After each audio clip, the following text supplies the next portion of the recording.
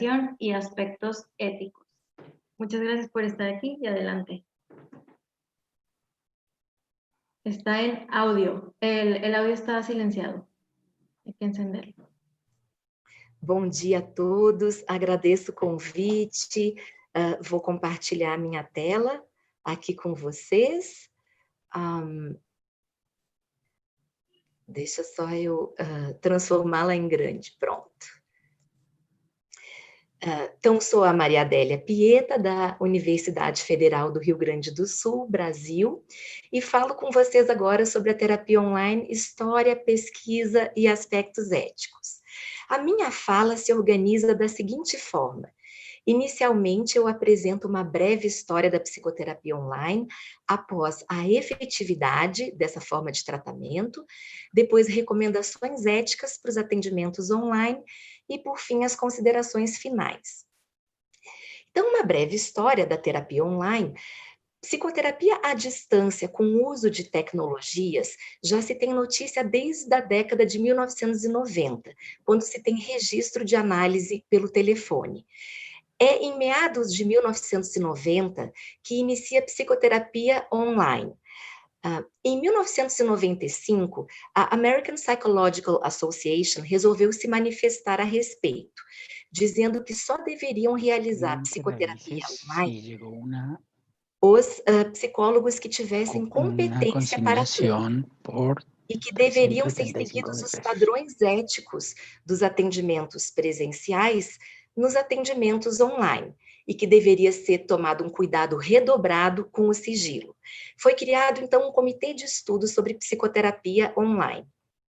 As preocupações iniciais eram sobre a relação terapêutica online, questões éticas como confidencialidade, identidade de pacientes e terapeutas, manejo de situações de emergência. Progressivamente, psicoterapeutas passaram a atender online mais e mais, pacientes mostraram-se receptivos, tecnologias avançadas facilitaram a prática, diretrizes e cursos de formação foram oferecidos. Por que meios, então, se dá a psicoterapia online? Via videoconferência, audioconferência, chat e telefone de forma síncrona, quando terapeuta e paciente estão interagindo ao mesmo tempo. Via e-mail e SMS de forma assíncrona, quando terapeuta e paciente não estão interagindo ao mesmo tempo. E a relação terapêutica online, como fica? Vemos um estudo de 2014, é uma revisão da literatura sobre aliança terapêutica em psicoterapia via videoconferência. Essa revisão estudou 23 investigações e constatou que a aliança em terapia via videoconferência é similar à aliança na terapia presencial.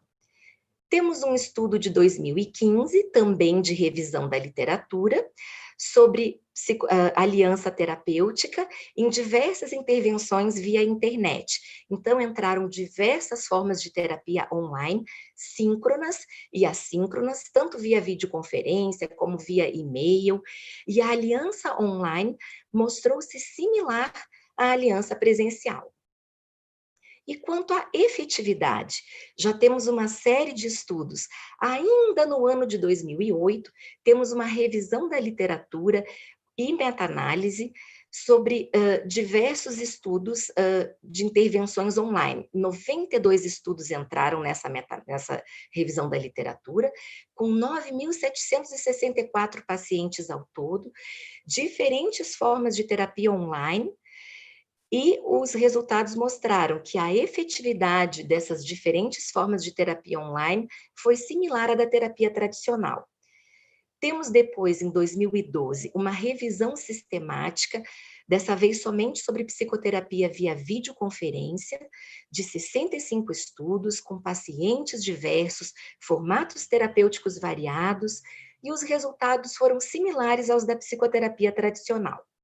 Temos em 2013 uma nova revisão da literatura que mostra que também com diferentes formatos de terapia online, síncronos e assíncronos, E ela mostra que a terapia online pode ter impacto semelhante ao da terapia presencial e é capaz de reproduzir os encontros presenciais. Por fim, em 2016, temos mais uma revisão sistemática sobre psicoterapia online com adultos, que envolveu 59 estudos, diferentes formas de terapia online, e mostrou resultados similares aos da terapia tradicional. Então, quanto aos aspectos éticos da prática online terapêutica, o que a gente vê? Que a psicoterapia online encontra apoio na ciência, portanto, ela é uma prática legítima.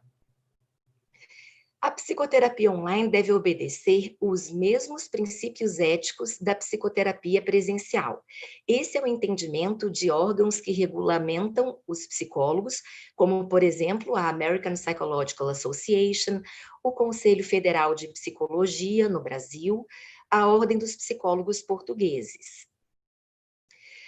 Um importante aspecto é que o terapeuta tem que ser competente para atender online, competente na tecnologia utilizada. Ela habilita o profissional a lidar, essa competência, né, com dificuldades e falhas na tecnologia e provê instruções ao paciente para o seu uso apropriado.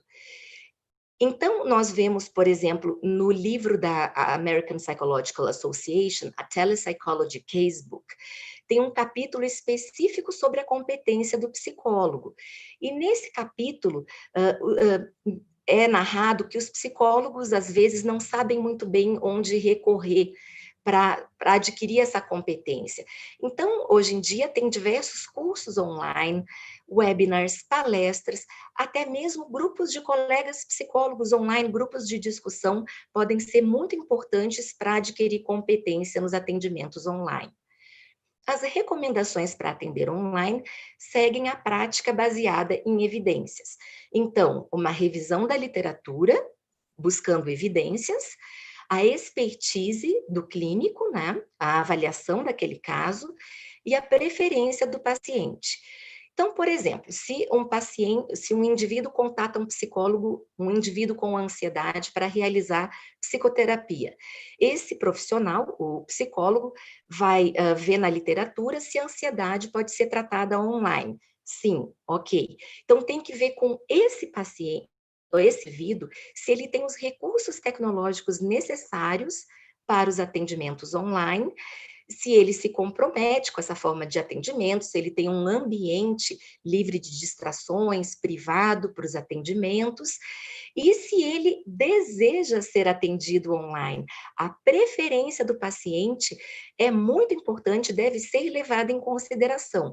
Claro, nesse momento de pandemia não há escolha, mas em situações normais, o paciente deve desejar ser atendido online. Se ele não desejar, ele não deve ser convencido a ser atendido online.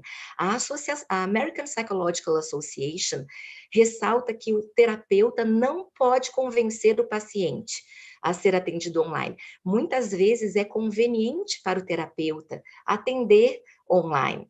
Redução de custos, não paga um consultório, mas isso não pode ser feito, de convencer o paciente. E há alguns casos que o paciente, por exemplo, se tiver com uma ansiedade acentuada, que o terapeuta tem que verificar se está seguro o ambiente do paciente para os atendimentos. E esse contrato feito com o paciente pode sempre ser atualizado, conforme o andamento dos atendimentos, ele pode ser revisado. Então, como o professor falou antes, né, o consentimento informado é um documento que deve ser assinado pelo paciente, assinado, melhor do que formal, do que verbal. Ele deve versar sobre o tipo de tratamento que será oferecido, os riscos e limites da psicoterapia online, os requisitos tecnológicos necessários, se crianças e adolescentes forem atendidos, o consentimento do responsável. Também deve versar sobre o ambiente que o paciente vai ter que ter para os atendimentos, com privacidade, calmo, sem distrações. O paciente é instruído a desligar equipamentos, seu celular, televisão, para manter o foco na psicoterapia. O consentimento informado ainda deve descrever o que pode ser esperado em termos de ajuda, Como serão solucionadas falhas na comunicação? Por exemplo, cai a conexão. Quem liga para quem? É interessante reservar um horário semanal para recuperar sessões perdidas em decorrência de falha na conexão. Como? Via WhatsApp, e-mail, será o acesso ao terapeuta entre as sessões. Isso é muito importante, porque o paciente pode ter a fantasia de que o terapeuta está permanentemente disponível, a um clique de distância. Também, como será o manejo em casos de emergência, isso é fundamental. Pegar a identidade do paciente, o endereço de onde ele é atendido, telefone de familiar, amigo próximo, e combinar com o paciente recursos locais que podem ser acionados em caso de emergência. O sigilo das informações deve ser detalhado nesse consentimento informado, é importantíssimo. Da mesma maneira que o terapeuta terá senha nos dispositivos que vai utilizar para a sessão, somente ele terá acesso à área do computador em que está o conteúdo de sessão, bem como a área do celular. O paciente deve se comprometer, por meio desse consentimento informado, a usar senha nos dispositivos que ele vai utilizar para terapia online, e somente ele terá acesso ao conteúdo de terapia. É importante ter um antivírus atualizado, não usar conexão pública Wi-Fi gratuito. E o paciente deve ser informado nesse consentimento que ele não pode gravar sessões, ele não pode deter o material de consulta. No grupo, o consentimento informado tem que ser mais detalhado ainda. O terapeuta deve encorajar os pacientes a agir com respeito, informar que, em função do número de pessoas, a confidencialidade não pode ser garantida. Na terapia textual, é recomendado equilíbrio entre formalidade e espontaneidade por parte do terapeuta no seu texto. O terapeuta deve cuidar com a sua desinibição, evitar sarcasmo e supor que o paciente está de boa vontade. Na terapia assíncrona, o terapeuta deve combinar o tempo de resposta com o paciente para evitar a ansiedade do paciente. Uma survey com psicólogos norte-americanos, 164 psicólogos, mostrou que 52% deles não tinha experiência em psicoterapia online, mais da metade não saberia lidar com emergências no contexto online, sendo que lidar com emergências, como o risco de suicídio, abuso infantil, é uma competência essencial dos psicólogos, exigindo conhecimentos e habilidades para fazê-lo online de forma eficaz. No Brasil, o Conselho Federal de Psicologia diz que não devem ser atendidos online casos de urgências e emergências e desastres, situação de violência, de violação de direitos ou violência. O Conselho Federal de Psicologia obriga os psicólogos brasileiros que atendem online a se cadastrar. Eles se cadastram no EPSI, de maneira que quando um indivíduo busca um profissional, um psicólogo para ser atendido online, ele pode conferir se esse psicólogo está registrado no cadastro EPSI. Uma survey atual sobre como psicólogos, terapeutas em geral, veem os atendimentos online na Covid-19, com terapeutas de diferentes países, 145 terapeutas, nos mostra que a transição desses profissionais para a prática online foi satisfatória do ponto de vista deles. Os terapeutas se prepararam para essa mudança e prepararam seus pacientes também. E se prepararam de diversas formas, e bastante buscando a ajuda de colegas. Esses terapeutas, a grande maioria, 92,4%, considerou a experiência do paciente com os atendimentos online positiva. E essa percepção dos terapeutas se associou a uma atitude positiva deles frente à psicoterapia online. Então, o que a gente conclui a partir desse estudo?